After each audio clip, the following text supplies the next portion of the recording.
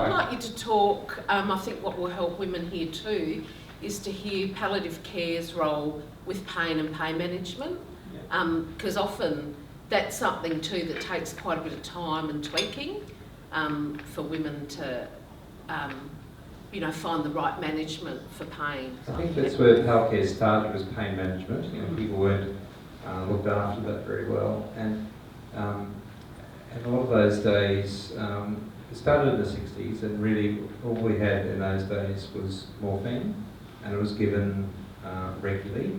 For pain management, we would like to get why is the pain there? Where's it coming from? It's not just pain. Is it from, often it's breast cancer particularly, you get bone metastases and they're painful. And so we see where is the pain. We would image that site, do an X-ray, and often that sort of pain responds very well to something local, like some radiotherapy, something like that. That works really well. Sometimes it's generalised pain or more widespread pain. You need something stronger. We always use the least toxic, the least drug with side effects as possible. Well, the current principle for pain relief is to have something regularly for pain. I think if pain isn't treated or addressed, it sort of builds up and it sort of works on you a bit, pain. It sort of nags at you, it sort of becomes more and more insistent. I think it's a bit like a child that you're ignoring and they just get louder and louder. And I like to recognise it and treat it early, really. And either, if it's not too bad, it's something simple. If not, we use something regular, and that's often we use long-acting tablets or patches and things we use these days as well.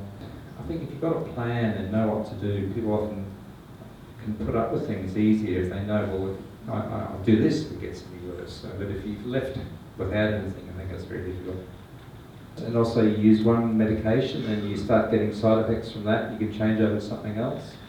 The morphine drugs, which we use a lot, in the higher doses do tend to sometimes get a bit cloudy, and people don't like that feeling.